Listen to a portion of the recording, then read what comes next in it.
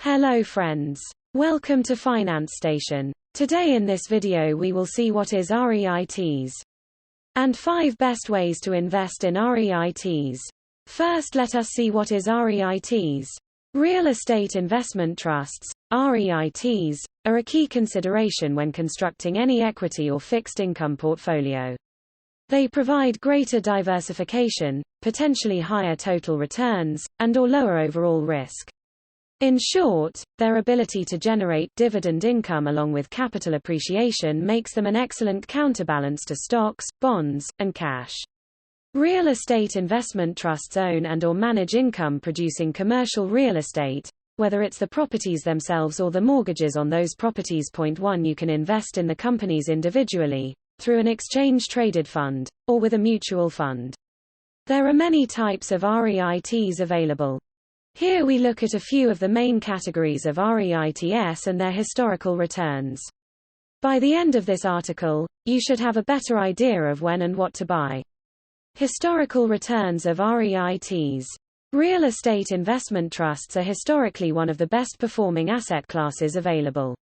The FTSE/NA REIT Equity REIT Index is what most investors use to gauge the performance of the U.S. real estate market.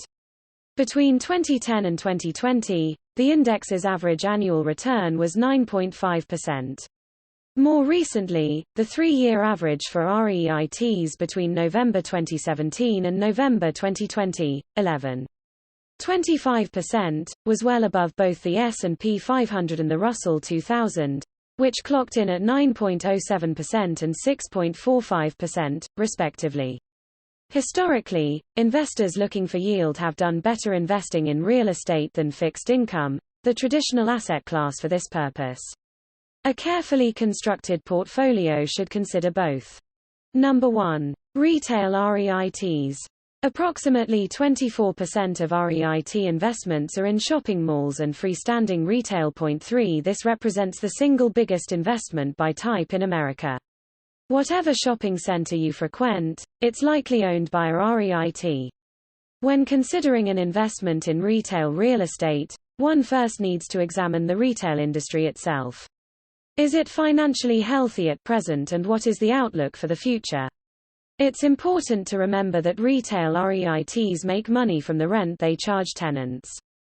If retailers are experiencing cash flow problems due to poor sales, it's possible they could delay or even default on those monthly payments, eventually being forced into bankruptcy. At that point, a new tenant needs to be found, which is never easy. Therefore, it's crucial that you invest in REITs with the strongest anchor tenants possible. These include grocery and home improvement stores. Once you've made your industry assessment, your focus should turn to the REITs themselves.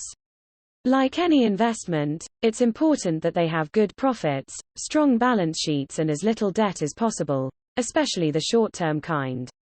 In a poor economy, retail REITs with significant cash positions will be presented with opportunities to buy good real estate at distressed prices. The best-run companies will take advantage of this. That said, there are longer-term concerns for the retail REIT space in that shopping is increasingly shifting online as opposed to the mall model. Owners of space have continued to innovate to fill their space with offices and other non-retail-oriented tenants, but the subsector is under pressure. Number 2. Residential REITs. These are REITs that own and operate multi-family rental apartment buildings as well as manufactured housing. When looking to invest in this type of REIT, one should consider several factors before jumping in. For instance, the best apartment markets tend to be where home affordability is low relative to the rest of the country. In places like New York and Los Angeles, the high cost of single homes forces more people to rent, which drives up the price landlords can charge each month. As a result, the biggest residential REITs tend to focus on large urban centers.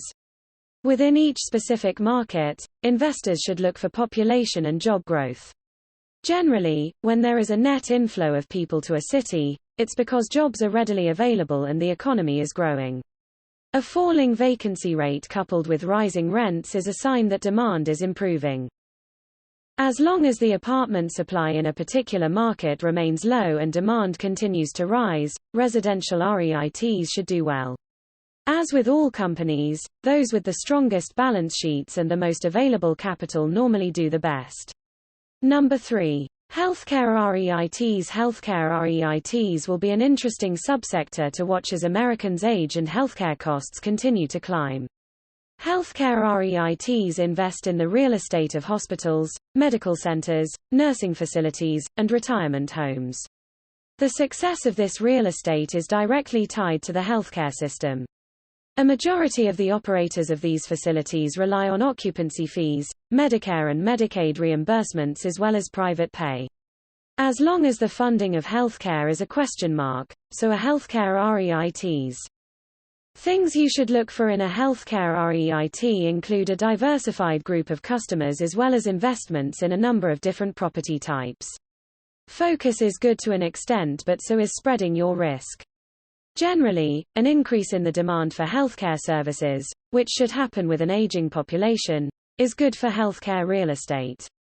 Therefore, in addition to customer and property type diversification, look for companies whose healthcare experience is significant, whose balance sheets are strong and whose access to low-cost capital is high.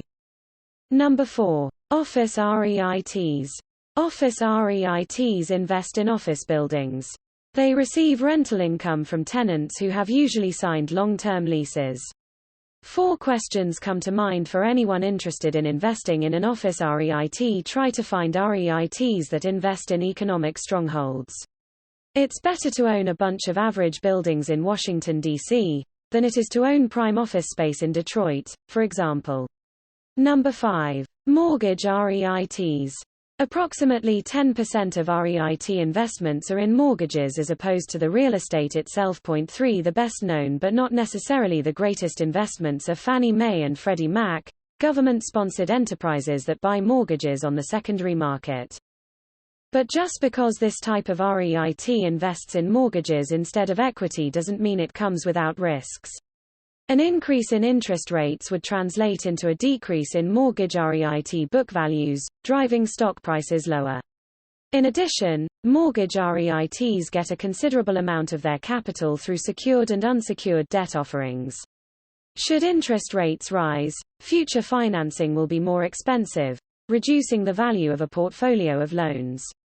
In a low-interest rate environment with the prospect of rising rates, most mortgage REITs trade at a discount to net asset value per share. The trick is finding the right one. Thanks friends for watching the video. We hope that you have understood what is REITs and the 5 best ways to invest in it. Make sure to subscribe the channel, like the video, share the video and watch our other videos.